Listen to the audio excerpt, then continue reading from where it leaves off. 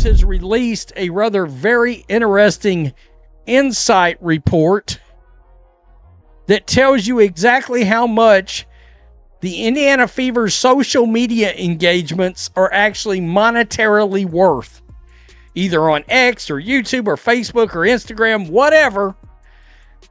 I mean, all these posts have a monetary value to them based on engagement.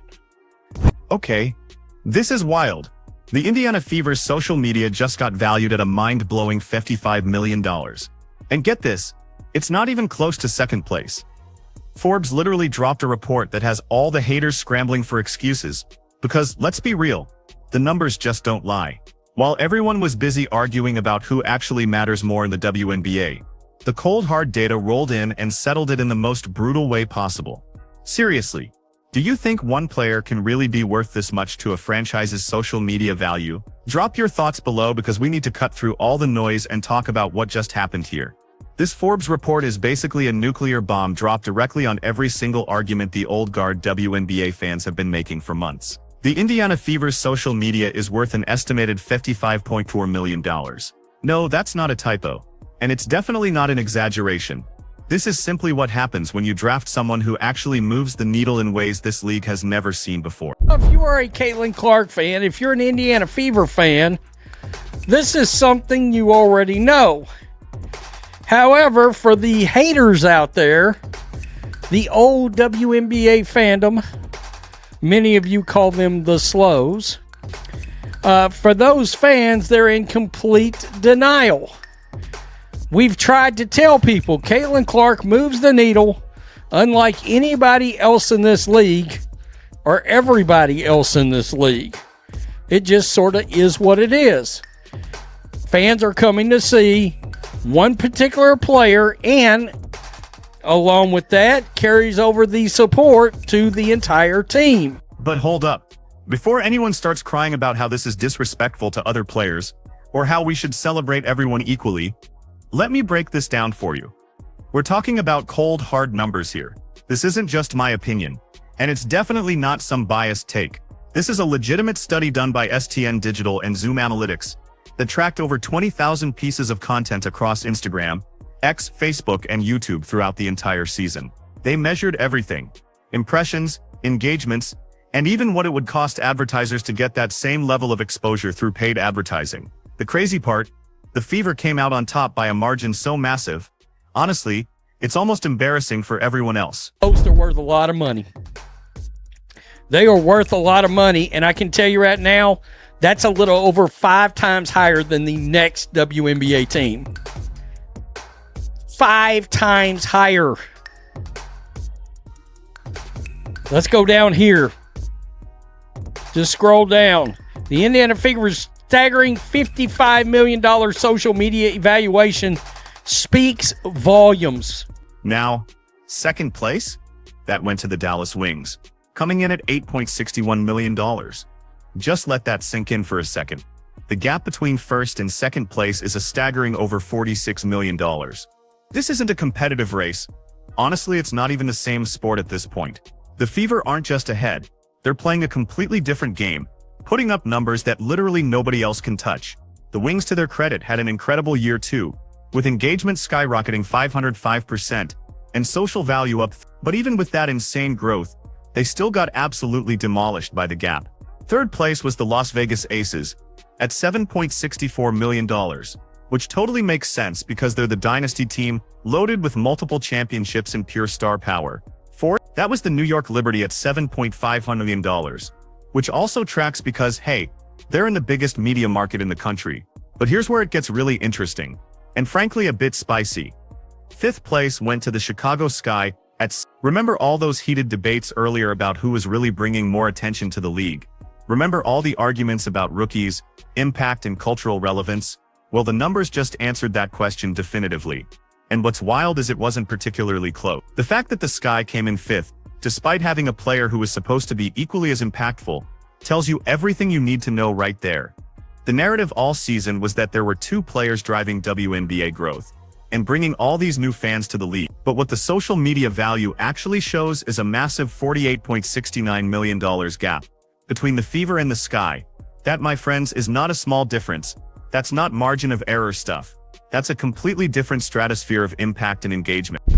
Noticing the growing popularity of WNBA across social media, social agency STN Digital and analytics and measurement platform Zoom teamed up to quantify the league's online impact with a newly released WNBA social rankings and insight report. The research analyzes how every team performed across social media during the 2025 season and identifies which clubs and content pieces generated the most engagement, impressions, and estimated media value. What's even more insane is that the Fever didn't stop posting Caitlin Clark content even after the season ended. They kept the engagement going, kept the content flowing, and honestly kept giving fans exactly what they wanted: reasons to interact with their social media. That, my friends, is just smart business. When you have someone who generates this level of interest, you don't take your foot off the gas. You keep feeding that audience what they crave and you ride that wave as long as it lasts. The study, which looked at content posted between May 16 and September 11 during the season, found the Fever racked up a mind-boggling 38.73 million engagements and an absolutely staggering 1.17 billion impressions. Yes, you heard that right, billion with a B. To put that in perspective, that's more impressions than most professional sports teams get in an entire year across all their social platforms. And remember, this is the WNBA we're talking about, a league that has historically struggled to get mainstream attention and media coverage. But here's the crazy part. One of the most insane statistics from the report is that the Fever had a single YouTube video valued at over $733,000. Not a campaign, not a series, just one single piece of content was worth $750,000 in equivalent advertising value. That's the kind of number that makes marketing executives lose their minds because it shows just how engaged and active the fan base truly is. You simply don't get those numbers unless people are watching, sharing, commenting, and actively coming back for more. For context, that one video's value is higher than some WNBA team's entire social media worth for the whole season.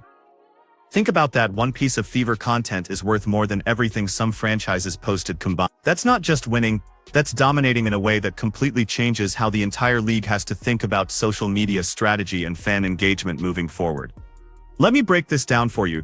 The methodology behind these numbers is crucial to understand.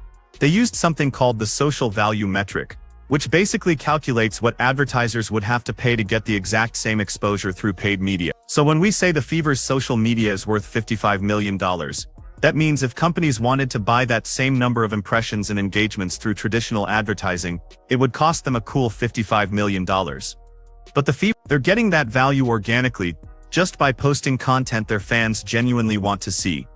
This also completely destroys the argument that the WNBA's growth is evenly distributed or that multiple players are equally responsible for the surge in popularity. If that were true, you'd expect to see much closer numbers across the top teams.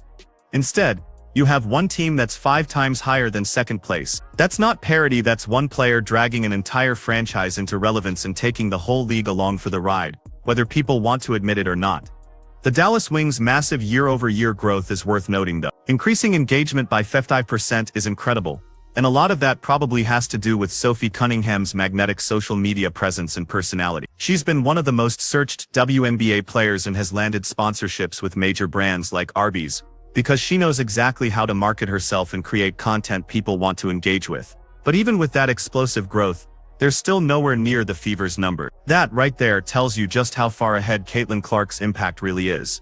The fact that the Chicago Sky finished 5th is probably the most shocking revelation in this entire report for people who truly believe the narratives being pushed all season. There was constant media coverage comparing two players and suggesting they were both equally transformative for the league. But what the social media value actually shows is a gap of nearly $49 million.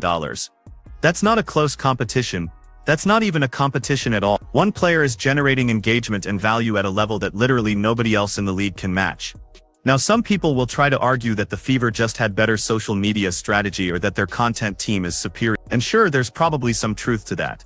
STN Digital did work with the Fever on campaigns and content strategy, which likely helped maximize the value they were generating. But you can have the best social media team in the world, and if your players aren't interesting to fans, the content simply won't perform. The Fever's numbers are high because fans want to see Caitlin Clark content. They want updates, highlights, behind-the-scenes footage, and anything else related to her.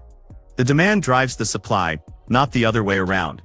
This report also highlights something the WNBA has been really reluctant to fully embrace, which is this: star power matters. The league has consistently tried to push this egalitarian message that everyone is equally important and everyone deserves equal attention. But that's just not how sports fandom works. People connect with individual players.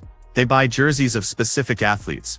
They tune in to watch particular stars perform. The sooner the WNBA accepts that and builds its marketing around its biggest stars, the faster the league will continue to grow. The Fever's social media value is also a massive asset when it comes to attracting sponsors and negotiating partnership. When you can show potential sponsors that your content reaches over 1 billion impressions and generates nearly 40 million engagements, you have serious leverage in those conversations. Brands want access to engaged audiences, and the Fever have proven they can deliver that at a scale no other WNBA team can match. That translates directly into revenue through sponsorships, advertising deals, and partnerships. What's even more, it's worth considering what this means for the Fever's future business decisions. When one player is responsible for generating this much social media value, you do whatever it takes to keep that player happy, and crucially on your roster. You build around them, you support them, you make sure they have everything they need to succeed, because losing them would be catastrophic for the franchise's bottom line. The Fever aren't just thinking about wins and losses anymore.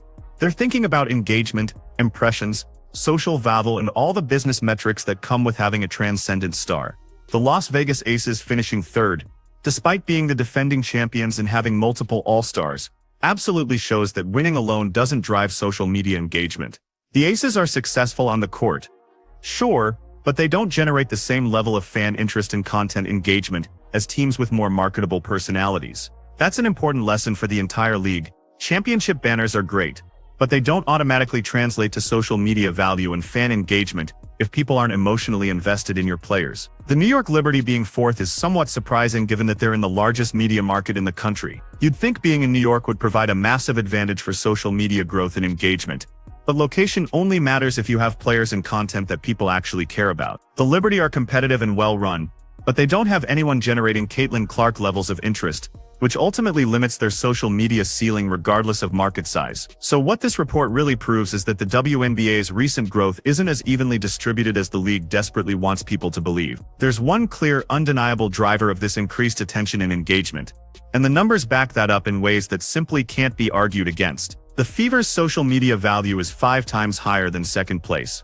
Their content generates billions of impressions. Individual videos are worth hundreds of thousands of dollars. Folks, these aren't the numbers of a league experiencing broad-based growth.